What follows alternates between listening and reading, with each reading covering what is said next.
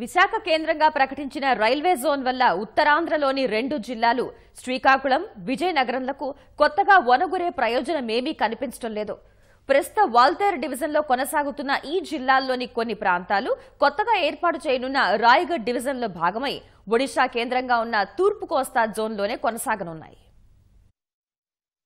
సుదీర్ఘ పోరాటం తర్వాత విశాఖ కేంద్రంగా జోన్ ఏర్పాటు చేస్తున్నట్లు కేంద్రం ప్రకటించింది. అయితే జోన్లో కలుపుతారని భావించిన వాల్తేర్ డివిజన్ను 2గా విభజించారు.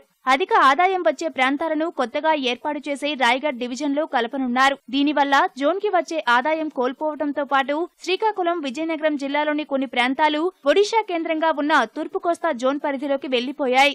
ప్రస్తుత వాల్తేరు డివిజన్ పరిధి విజయనగరం, శ్రీకాకుళం, నౌపాడ వరకు విస్తరించి ఉంది. నౌపాడ దాటాక పలాస ప్రవేశించే ముందు వరకు దీని పరిధి ఉంది. పలాస రైల్వే స్టేషన్ కు 1 కిలోమీటర్ ముందు నుంచి ఖుర్దా రోడ్ డివిజన్ మొదలవుతుంది. శ్రీకాకుళం జిల్లా సరిహద్దు ఇచ్చాపురం వరకు ఈ డివిజన్ లోనే ఉంది. విశాఖ కేంద్రంగా ఏర్పాటయ్యే ప్రత్యేక జోన్లో ఈ ప్రాంతాన్ని కూడా విలీనం చేస్తారని అంతా భావించారు. అందుకు భిన్నంగా కేంద్రం తీసుకున్న నిర్ణయం ఇక్కడి ప్రజలకు తీవ్ర ఇబ్బందిగా పరిణమించింది. రైళ్ల కేటాయింపులు, అభివృద్ధి పనులు మొదలుకొని ఉద్యోగాల వరకు అన్నింటా ఒడిశా పెత్తనమే ఉంటుందని రైల్వే యూనియన్ నాయకులు చెబుతున్నారు.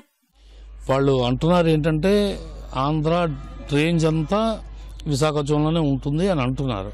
కానీ ప్రతిపాదనలన్నీ కంప్లీట్ అయితేనే కానీ మనం పూర్తిగా నమ్మలేము ఈ విషయాన్ని.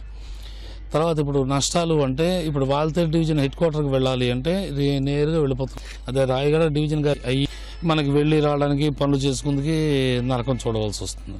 3 బళ్ళు మారాలి. తర్వాత టైం చాలా తినేస్తుంది. అరకు, మా తాలూకు పలాస, ఇచ్చాపురం అంతా కూడా అటువైపు పెట్టడం ఏమాత్రం కరెక్ట్ కాదు. సో వాల్తేరు డివిజన్ డివైడ్ చేయడం చాలా మోసపూరితమైన విషయం. ఇది ఎటువంటి పరిస్థితిలో కూడా ఇది మాకు అంగీకారం కాదు. విభజన ప్రాతిపదికలో ఆంధ్ర ప్రాంతాన్ని అంతటినీ కూడా విశాఖ రైల్వే జోన్ కేంద్రంగా ప్రకటిస్తామని చెప్పారు.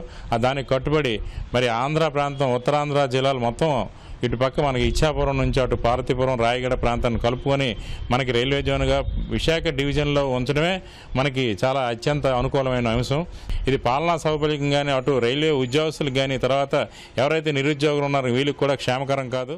విశాఖ కేంద్రంగా రైల్వే జోన్ ఏర్పాటు చేయడం పట్ల ఎంపీ రామ్మోహన్ నాయుడు సంతోషం వ్యక్తం చేశారు. అయితే శ్రీకాకుళం జిల్లాలోని కొన్ని ప్రాంతాలతో పాటు ఆదాయం వచ్చే ప్రాంతాలను తూర్పు కోస్తా రైల్వే జోన్లో కలపటాన్ని వ్యతిరేకిస్తున్నామన్నారు. కేంద్రం మొండి వైఖరి కొనసాగిస్తే మరోసారి పోరాట బాట పడతామన్నారు. ఆంధ్ర అంతా కూడా ఈ జోన్లో రావాలన్నాం. అటువంటిది శ్రీకాకుళం జిల్లాలో ఉన్నటువంటి 7 స్టేషన్లు ఖుర్దా డివిజన్లో ఉన్నాయి. అవి ఇంకా అలాగే మిగిలిపోతున్నాయి. దాన్ని యాడ్ చేశారా లేదా అని చెప్పలేదు. వాల్టేర్ డివిజన్ పూర్తిగా తొలగించడం జరిగింది. ఆదాయంలో కూడా అత్యంత ఆదాయం కలిగినటువంటి డివిజన్.